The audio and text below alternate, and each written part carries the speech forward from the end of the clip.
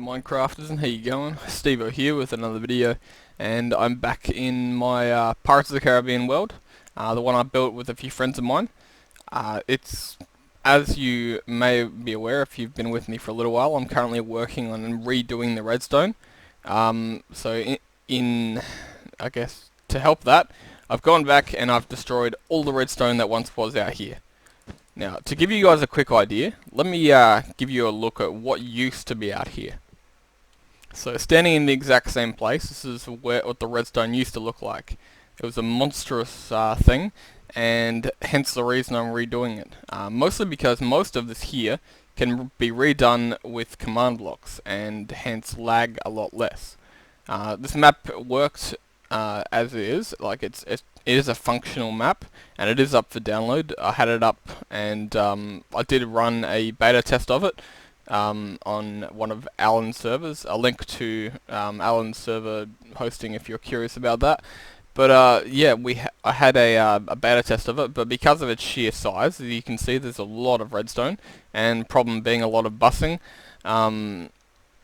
The system ran, but in some respects it was laggy because of the sheer number of updates that the redstone had to make in order to perform all the functions. So I decided I would go back and rework on the redstone and make it into a series because it would be a little bit of fun. This is just one side. There's also another side here.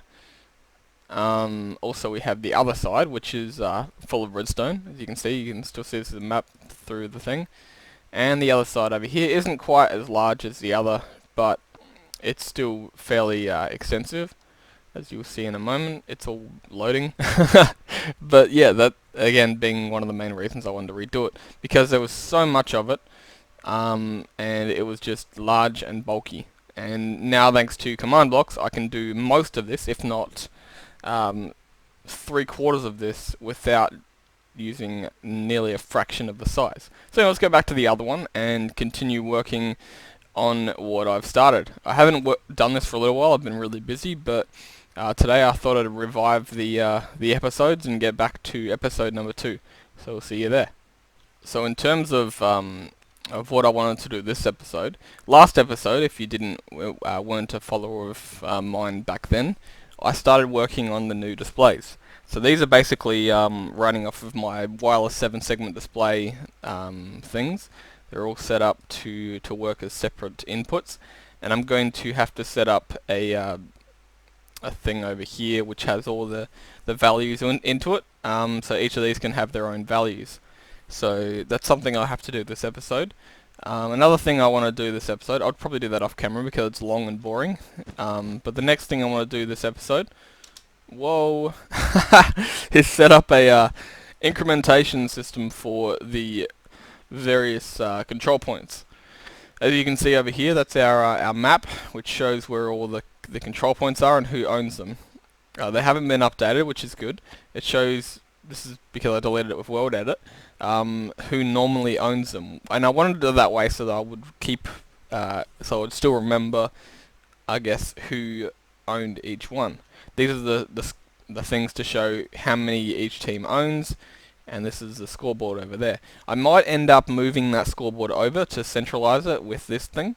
I did have it off skew because I did start off and have the center of the island more over that way, but I moved the island. Well, not I, but myself and those who are working on this, we moved the island, and yeah. So this is a basic look at some of the things. It's very, very detailed, and there's a lot of areas you can run around in as a player. Like there's catacomb area here, like there's stairs and tunnels everywhere. There's a couple of traps around the place. There's also control points under here. You know, there's so many cool things you can find in this map, and it's a great map for PvP, which is what it's for. But it's a team-based one. Now, thanks to again command blocks, we can have 2 separate teams, and not just in color only, but on in terms of their nameplates and everything like that. So you can never mistake someone for not being on your team. So in that case, I don't need to, as last time, give people leather armor. I can give them different types of armor.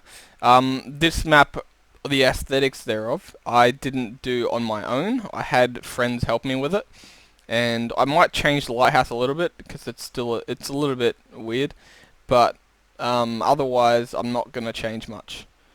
It's pretty awesome as it is, and like I said, all the people who helped in the development of this map, I'll put their names in the description, so they can get the recognition they deserve, because I had some awesome people helping me with this. Anyway, let's get into some of the things I had prepared for this episode. Alright, so now I've started with the scoreboards. Started adding the digits one at a time. These are the circuits that I have for each digit. Each one of these chunks here is for each one of these digits. So there's a total of 3, 6, 9, 12. There's 12 lots of, I guess, characters down there, and then this shouldn't be on right now. I don't recall turning them on. Anyway, let me turn them off just so they don't go crazy for me. So basically the idea is that the systems here will constantly flash like that and give an update, so that when the scores do, for example, increment, we can get an update. Let me give you an example of that. Let's go inside and I'll turn on this one. Let's work with this one. What have we got here? SCR1. Okay, cool. So score 1. Score red 1. That's the one. I've got them in shorthand so that I can use them easily. So SCR1 is what we're dealing with. So if we do... can't type. Set at P SCR1, let's say, I don't know, 3. Let's set it to 3. Okay, and then we'll get ourselves a button. So if we go like that, this should have incremented, assuming I've done everything correctly. Let's have a look down here. 3 is this here. Yep, SCR1 3. Yep, that's correct. It hasn't incremented here though. It didn't. Wait, it would have come up if it had worked. Let's see if we probably wrote it wrong in here actually. No, I know what we did. I know what we did wrong. There we go. There we go. See, we've got it backwards. Okay.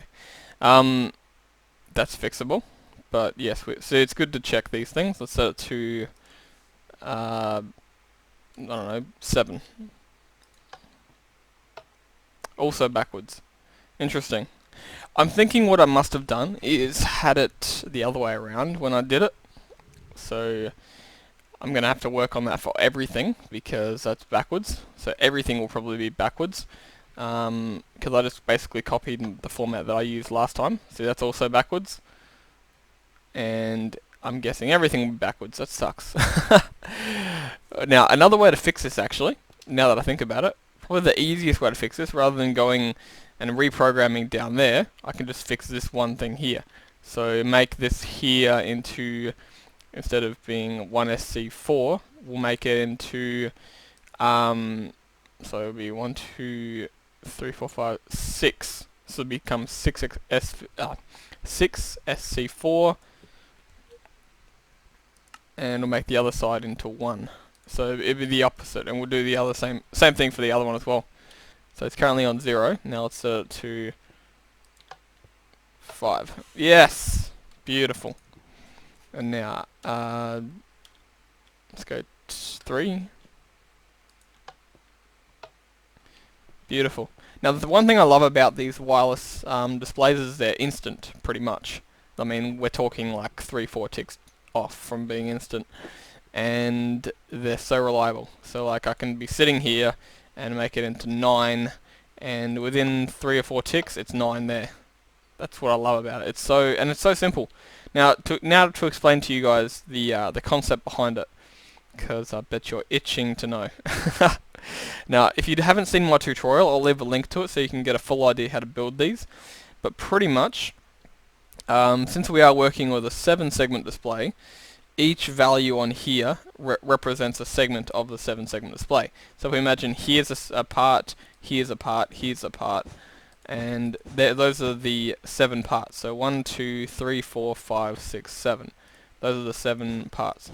Now, when we have anything from 0 to 9, we don't necessarily have to code these differently. We just have to have a 1 or a 0 statement for each of them. So, like in this case with a 5, we have 1 over there, don't we? So it's 6 is 0, 7 is 1, 3 is 1, 4 is 1, and 5 is 1. 1 is 1, and 0 is... No, sorry, 2 is 0. So 0 means off, 1 means on. So where you see it off, that's a 0. Where you see it as a 1, it's an on. So we go back to the back here, just to try and help explain that. It's explained in more detail in my tutorial. So test for at a score 6 SC4, forget the name, it's just the location, has a value of 1. So 6 with my score 4, so SC4. 1, 2, and 3 are over there on the blue side, and we've got 4, 5, and 6, so that's where it will be. So this one's 4. The next one will be, the next scoreboard thing over here is 5, so this is going to be SC5 and SC6, as you can see. So the first number is the address on the scoreboard. The second number is the scoreboard thing display that we're talking about. Now down here, how these work is we have a couple of checks. This check here, one check actually. This check here checks for which digit is in operation. So in this one is SCR1, which means score red 1. Which has a value of 2. Now these ones that go beyond 1 and 0, these go from 0 and 9, so all the way to 9. If it goes beyond 9, it will go back to 0.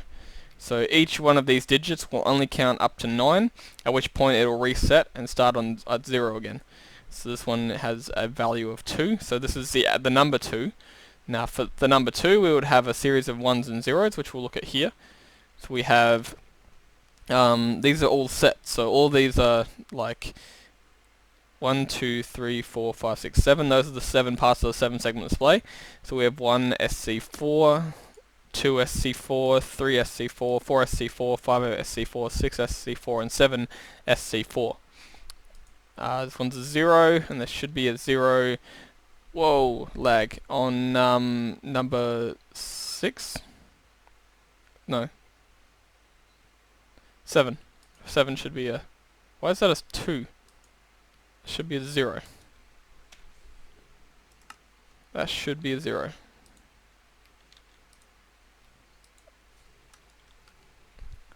Odd. There we go.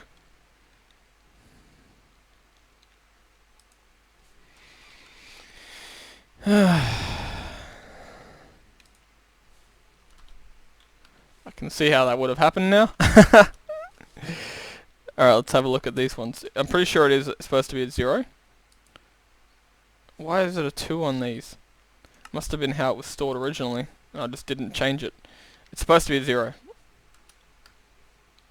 Anyway, these ones will all catch up later and I'll fix them as we go.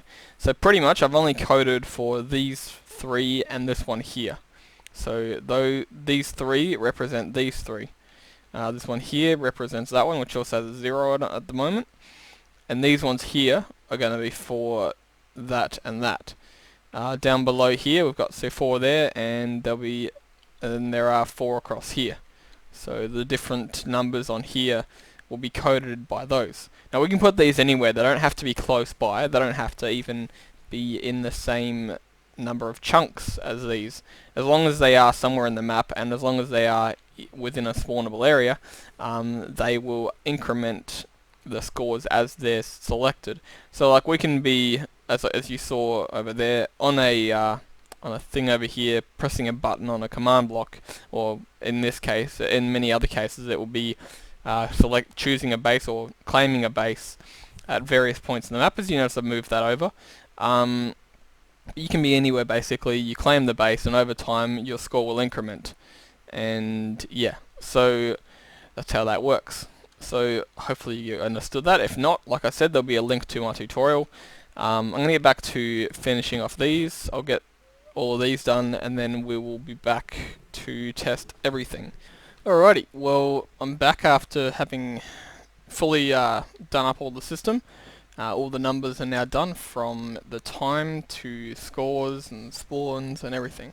So now I want to play with this a little bit, see how everything works and the view distance and so forth. So let's set like the scores for blue 1. So that'll be that digit right there. To 0. It already was on 0. Whoops. Set it to 4. Let's press that. Those will all click in. Now the view distance may be a problem here. Let me see if it will load without me going near it. It doesn't seem to be the case. I want to see if yeah, okay, I thought so. I want to see if I was to load this as a LAN world. So if I open this to LAN, I'll put it on creative. Allow cheats on, start LAN world. Okay, so it's now a LAN world. Let's see if I was to make this a 6, if that'll work now. It must be client side, because that is loaded. Like, that as it is should be on a 6. So for some players it'll look like a 6, some will look like a 4, which isn't a good thing. I've already added the teams and the team colors and things. I'm just wondering if I can possibly add like the scores and spawns as a sidebar objective. I'll have to do a bit of playing with that and see what I can come up with. So let me have a look at... Let's go for a different number just so we don't end up with 666, because that will likely make a few people a bit loose, a bit tight around the collar, myself included. What's going on there? That's a bit odd. Let's have a look at that. So that's... yeah. This one in the middle. What value have we given you? To SC2.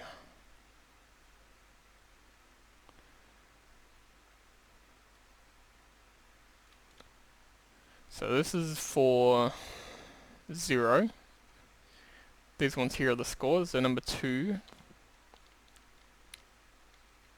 it should be on 0. SCB2. Yeah. No, that's P. That's P. So it'll be this one here. 2 is this one. SP2. Wait a minute.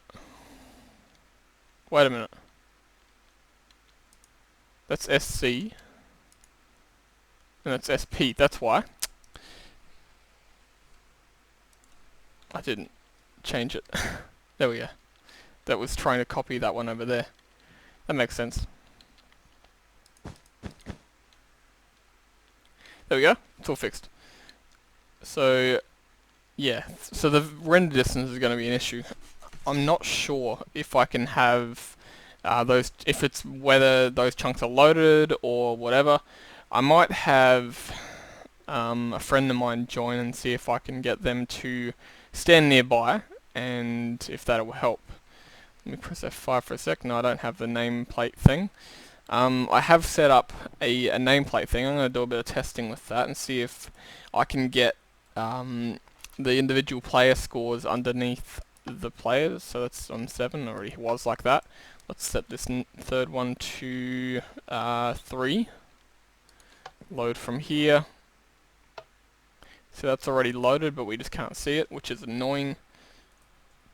And I'm going to have to do some testing. Alright, bear with me a moment. I'm going to get that other player in here, see if I can get them to stand like behind it or something like that. And yeah, we'll go from there. Alright, there's a slight issue. I had a friend of mine currently in, and I've set the thing to 3. Only problem is, I just realised everything is at P. So they should all be at A, not at P. So it's setting the scoreboard value of that for me to 3. Whereas for the other player, it's not. So I'm going to have to go through the entire scoreboard and change everything to at A. And yeah, that's kind of annoying. So I can set this to 3 for me, but it'll be 0 to everyone else, which is kind of annoying. Let me go fix that. I'm going to be right back.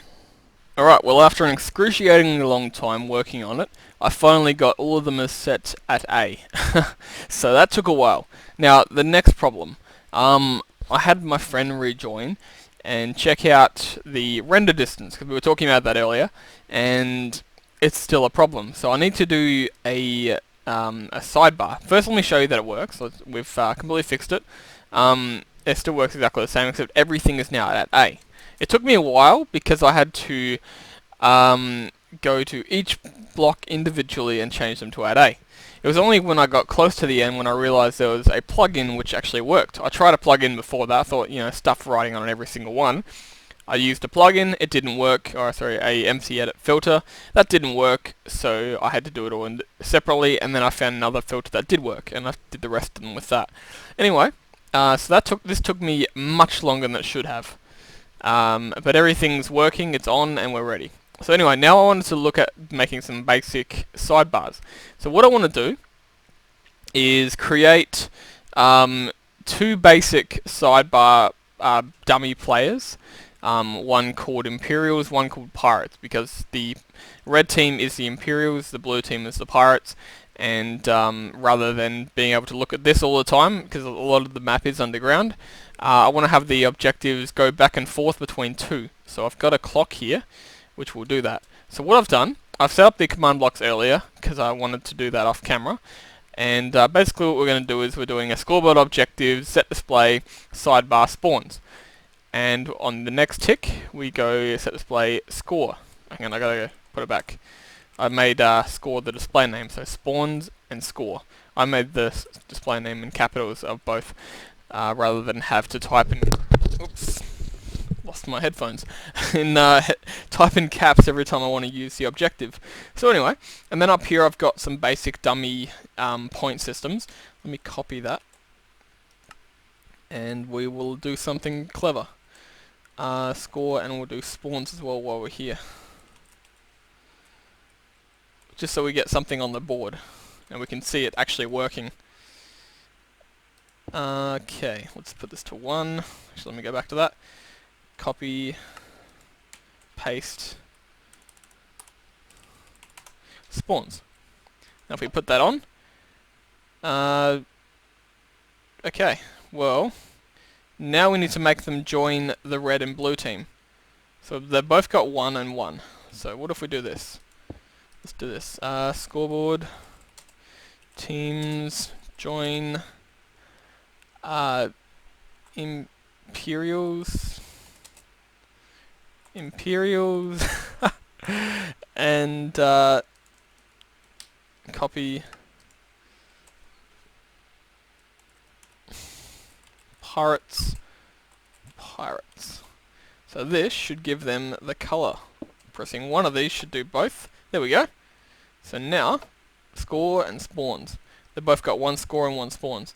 We'll change the spawns to 2 so we can distinguish.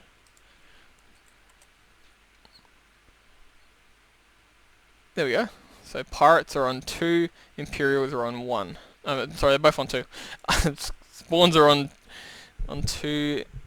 Let me remove these command blocks because we don't need them anymore.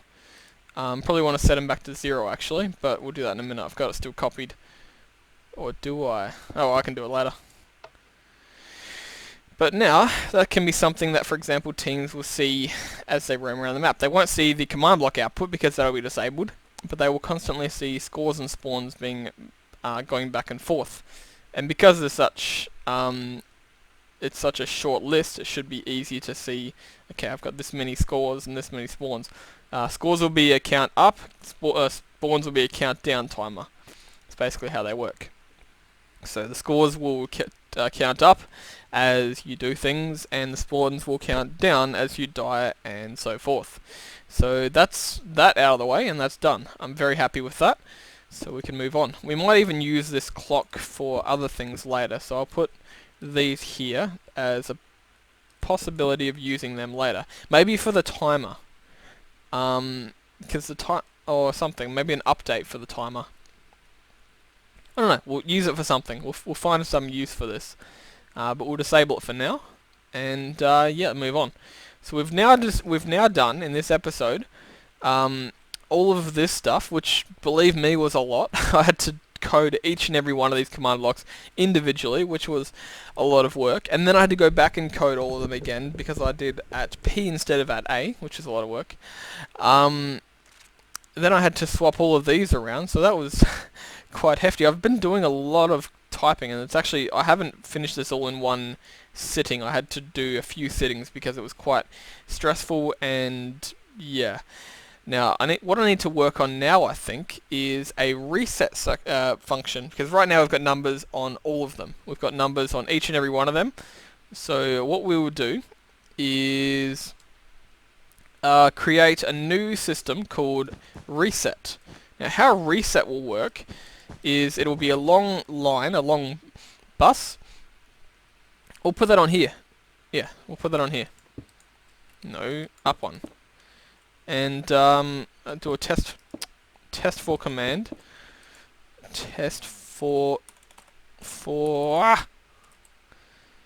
gee, I can't type. At a reset.